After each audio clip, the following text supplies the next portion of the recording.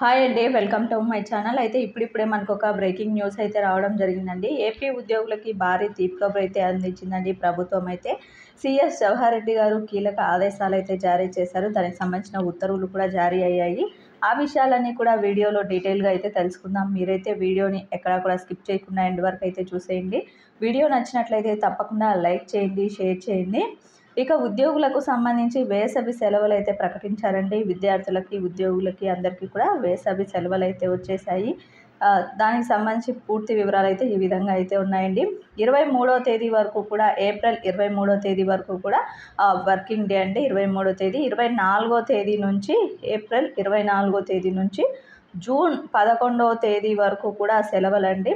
ఇక తిరిగి మళ్ళా పునఃప్రారంభమయ్యేది స్కూల్స్ అయితే ఖచ్చితంగా జూన్ 12వ తేదీ నుంచి అయితే పునఃప్రారంభం అయితే అవుతాయండి. దీనికి సంబంధించి సీఎస్ జవహర్ రెడ్డి గారు కీలక ఉత్తర్వులను కూడా జారీ చేశారండి. ఈ విధంగా ఉద్యోగులకి వేసవి సెలవులు అయితే ప్రకటించేశారు. ఉద్యోగులకి, విద్యార్థులకి అందరికీ అని చెప్పుకోవచ్చు. ఇది ఒక గుడ్ న్యూస్గా అయితే చెప్పుకోవచ్చు అండి.